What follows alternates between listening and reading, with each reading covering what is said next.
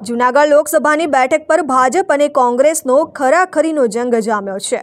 ત્યારે બંને પક્ષો મતદારો અને સમાજોને આકર્ષવા માટે એડી ચોટીનું જોર લગાવી રહ્યા છે। ત્યારે તાલાલા ગીર ખાતે સમસ્ત કડવા પાટીદાર સમાજનું ભવ્ય સંમેલન કેન્દ્રીય મંત્રી મનસુખ માંડવિયાની પ્રેરક ઉપસ્થિતિમાં યોજાયું હતું, જેમાં ભાજપા વિકાસની વાતો અને કોંગ્રેસ પર આકરા પ્રહાર માંડવિયાએ કર્યા હતા।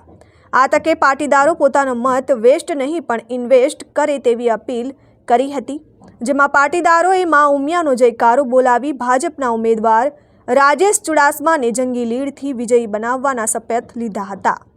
આ સંમેલનમાં જૂનાગઢ પ્રમુખ કિરીટ પટેલ, ગીર સોમનાથ પ્રમુખ મહેન્દ્ર પીઠિયા, તાલાલા ધારાસભ્ય ભગવાન બારડ, પાલિકા પ્રમુખ અમિત ઉનટકડ, અગ્રણીઓ અરવિંદ પટેલ, છગનભાઈ પટેલ, પ્રકાશ પટેલ સહિત હજારોની જનમેદની ઉમટી પડી હતી।